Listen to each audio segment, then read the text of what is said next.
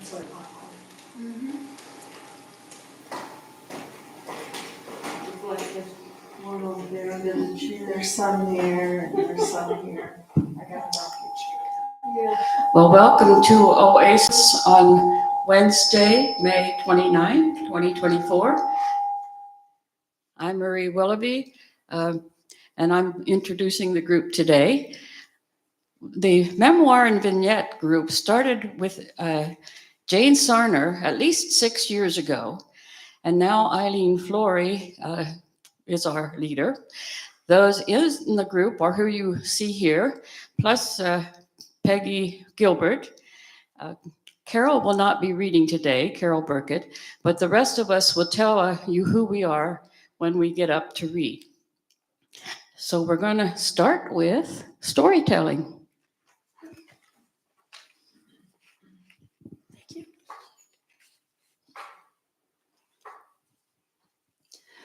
I'm Joanne Shaw, and the name of my piece is Story. Our minds are programmed to think in stories. We love to hear a storyteller recount a new story, especially if it has an unusual twist. Many of us love to read books containing stories. Stories reach out to us in varied ways. Stories help us learn. Ideas presented through a story are remembered better than ideas that are presented in lectures, although the lectures are transcribed into notes and memorized for exams and then too often forgotten. I told my reading methods class about the importance of helping children apply what they were learning about the sounds of letters. Once, Janine, my younger daughter, had come to me to ask about a new word in a story she was reading. It was a word she should have been able to decode independently, so I asked her to sound it out. She didn't know what that meant. I told her to use the sounds of the letters in the word to help her figure the word out. I could see the sudden understanding on her face.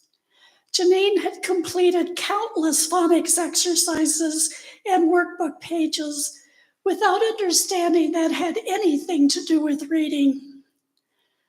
Later, I gave my students a test question about the importance of applying new knowledge to actual tasks, and every student retold Janine's story. Stories help keep older minds alive. We're told we need mental challenges to stay mentally healthy and alert. Some turn to puzzles or crosswords for this stimulation, but stories introduce us to new places and situations, new problems to solve. This stimulation keeps us thinking and learning, which is key to a vital older age. Stories can help us develop self-understanding. Often, a situation in a story will remind me of a similar situation in my own life, offering a different perspective than the one I had held. With new insight comes greater understanding of who we are and what we have done. Perhaps it also brings self-acceptance and forgiveness for mistakes we made in earlier years. Stories expand our world. We have limited funds and energy, but through stories, we can travel to any place at any time that intrigues us. We can live alternative lives. We can walk through dangerous situations safely, experience new love, become younger parents again. We can learn, grow, and wonder as we try on other roles in other times and places. We recall our lives in stories. Shakespeare claimed that all the world's a stage and we are players on it. When we recall particular people or events, there's often a story associated with that memory. We remember Mother cooking the Thanksgiving turkey before the guests come. We remember Dad puttering in the garage. It's my privilege to interview new residents of Timbercrest. I often hesitate with the task, fearing I'll be seen as too intrusive. Yet I found that almost everyone I've interviewed relaxes and shares their story willingly. Every story is different. Some have adventures and experiences that seem exotic to me. Others are more homely stories of a life lived in one place, with generations of family members walking through their lives. Who would guess that the woman in healthcare once rode her bike across the entire United States? How many people know that the man in M-Wing once repaired ships under Arctic waters during one of our nation's wars? 2 men died within weeks of my hearing and writing their stories. In both cases, I felt they appreciated the review of their lives. Hearing their stories was a gift to me. Having them heard may have been a gift to them. Much of our lives is determined by our genetics and our birth families, with their early training of our thoughts and actions. Yet we do have power over the stories we live. With the insight gained from other stories, we can shape our own life stories to be meaningful. We can create our own stories we'll be proud of sharing with some future listener. We can harness the power of story. And we hope you enjoy our stories this afternoon.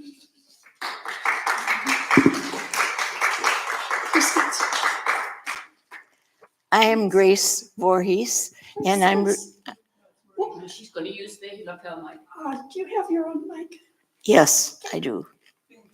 I'm Grace Voorhees, and I'm reading Teaching in the Inner City.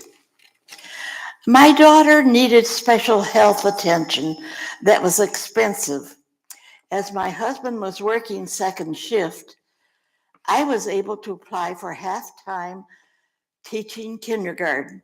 And I'm going to add, the minute I said I graduated from Manchester College, I had no problem being hired. The attendance in Flint, Michigan was so fluctuating that I seldom stayed more than 1 year at any location. This was in the 50s and 60s when GM operated 7 large factories around cars.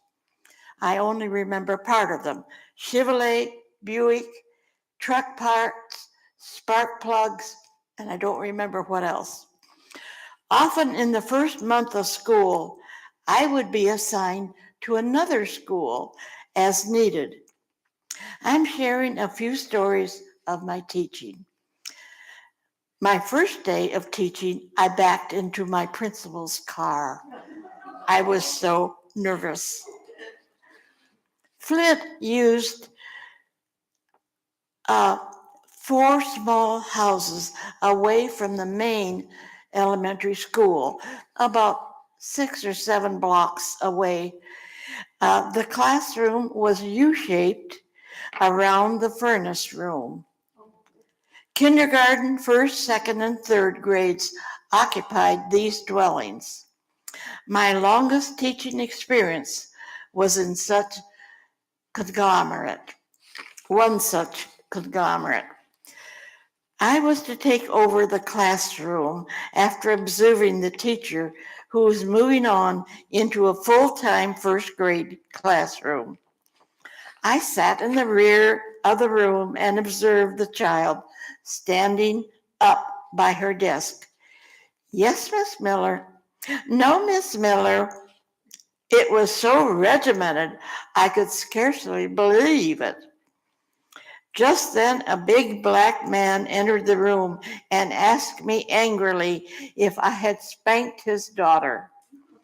My mouth opened to respond when the teacher told him, no, she had. He visibly relaxed. I drew a deep sigh. Believe me, The classroom became much more relaxed when I took over. Another school. Little Sam was so personable, but I dared not leave anything lay on the desk or it might disappear. One day we were discussing what they would like to be when they grew up. Bold as bold, little Sam said he wanted to be a John so he could drive a Cadillac. His mother was a prostitute. This was the life he knew. Another place, the kindergarten room had 4 steps down to an outside door. One day, an older black lady pounded on the outside door. I opened to hear her ask me if I had spanked her granddaughter. I invited her in and called Donella over and asked her, "Did I spank you?" She bowed her head and sheepishly said, "No." "What did I do?" "You made me sit in a chair." I explained to the grandmother that another child had told Donella to kick the third child, and she did. Those 2 were sent to sit in the thinking chairs while I comforted the third. Then I had talked to the 2 girls sitting in the chair. And I again told the grandmother what I'd said. I said, "Donella, you're a smart little girl. You have good brains, but you need to use your brain and not let anyone tell you to do something naughty. Think for yourself." And with that type of talking to her, grandmother was satisfied and became almost a friend that year. For May Day, we made paper baskets in a cone shape and made paper flowers to fill it. They were to give it to someone they loved. A little girl was absent that day, so I decided to deliver it to her home. After school, I knocked on the door and was admitted by the mother and invited in. 3 children sat on the floor with a bowl of food, eating and watching television, the only furniture in the room. And I think they were watching Sesame Street. Mother brought a chair from the kitchen, and I visited a bit before leaving. From this experience, I learned a lot about Black living. They can't afford a washer. They can't afford to use the laundromat. Water was expensive too in the city. So what did they do? They would go to a thrift store, choose clothes for the family to wear the week, and repeat each week. I suppose they might wash out panties or socks, perhaps. Black men were the last to be hired, the first to be fired, with minimal wages. They could not live with their families. The family needed the welfare checks the wives received for rent and to feed and clothe the family. In my last school, one school principal was a tall, over 6 foot black male who carried a paddle in his back pocket. It was at least 18 inches long, 5 inches across, with a handle carved in one end, rather like a cutting board. His idea of a good classroom was a quiet one. I bargained with the children that when Mr. Davis visited, they were to be very quiet. I handed out graham crackers after he left. I usually had timeouts each day with crackers, as it might have been the only food some of the children had eaten so far. And that's the end.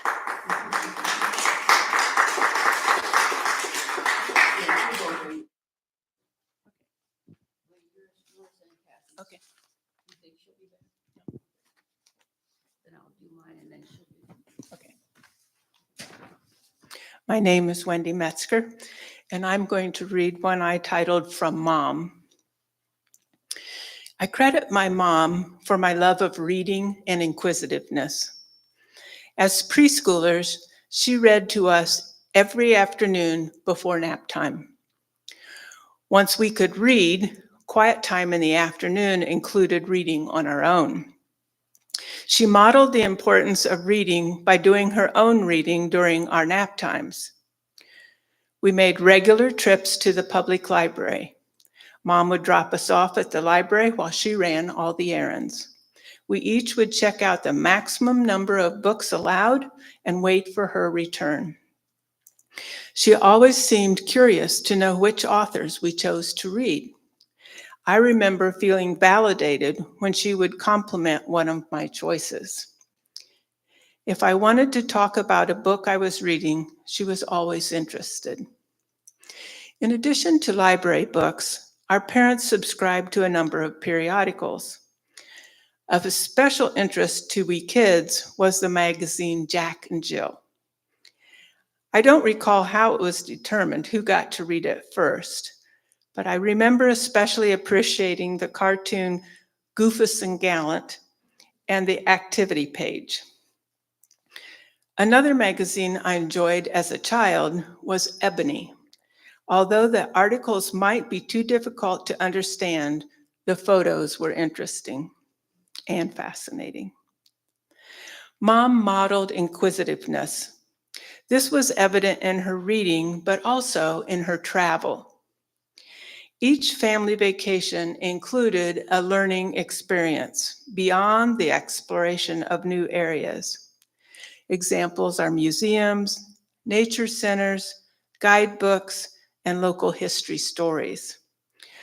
Our family was also notorious for stopping at most, if not all, roadside historical markers. There was always a plethora of reading materials in the home. Although I preferred playing outside, I maintained a healthy love of reading. Thank you, Mom.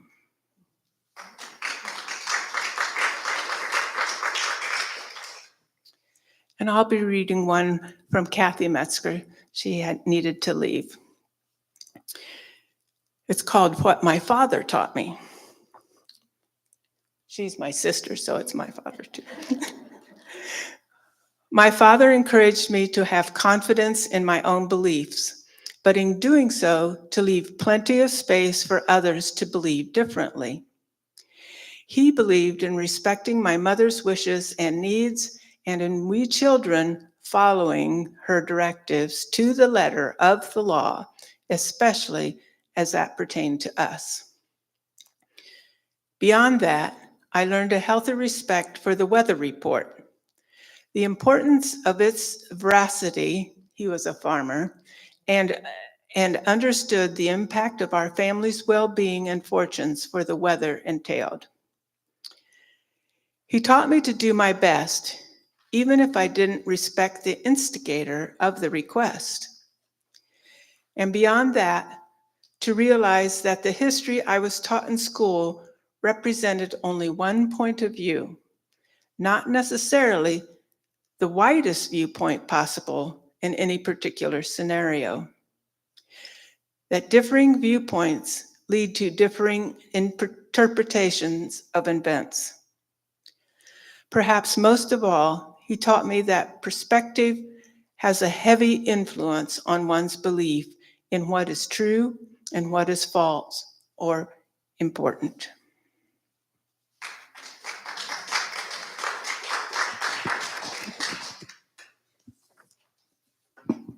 I'm Marie Willoughby, and I'm going to add to the announcements that I forgot at the beginning. The group meets every second and third Tuesday afternoon in the D Lounge, And you're always welcome to come, either just to listen or to share and be part of this. And we are going to continue meeting during the summer. And as you could figure out, we all have lots and lots of stories we could have chosen. And we all had a second one ready for today if we had time, which we don't. So we're going to schedule this group for sometime in August, and we'll read another story each to you. Maybe others will help. My story is called Soup.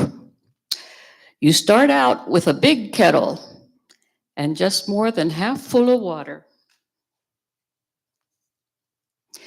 You bring the water to a boil. Most soups could begin this way, but this is a special soup. It is the favorite soup of my family. At least they let me think so.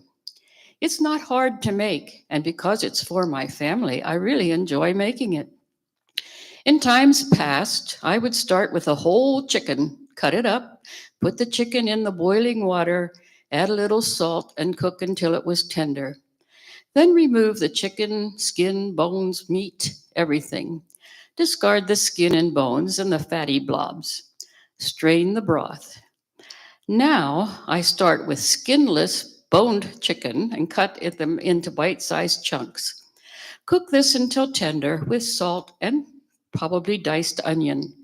When the chicken is done, I remove it from the broth and save it to add near the end.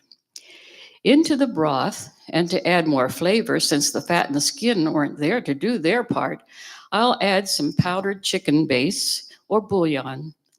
Then come any or all of these ingredients: rice, noodles, potatoes, carrots. Each takes a different amount of cooking time, so get each one boiling in a timely manner. I almost always start with putting in rice. If Joanna is eating with us, I skip the noodles altogether. If I have potatoes and feel like getting them ready, I'll put them in, one or two. And then the kettle's getting pretty full. Stir and taste. Add more chicken base or salt. Now I'll put in a few pieces of diced carrot just to add color, or I might grate the carrot for small flecks throughout. It doesn't take long for the carrot to get tender. But I'm not making chicken soup, nor chicken noodle soup, or even chicken soup with rice.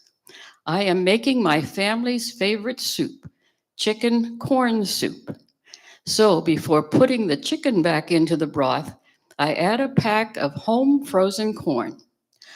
Corn from a can, especially creamed corn, will work, but it is a weak substitute. Corn bought frozen from the store is even worse. What makes this soup so special is the corn I have purchased fresh, blanched, cooled, cut from the cob in my own kitchen, and put into the freezer for just such this purpose. While the corn is heating up in the hot soup on the stove, I put the chicken chunks back into the broth to reheat also. The meat could get tough if it was left in for the whole time.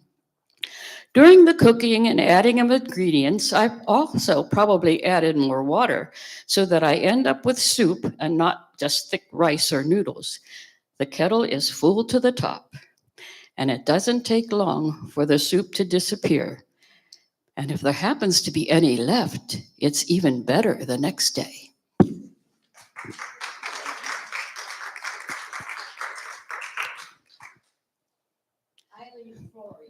Just a minute.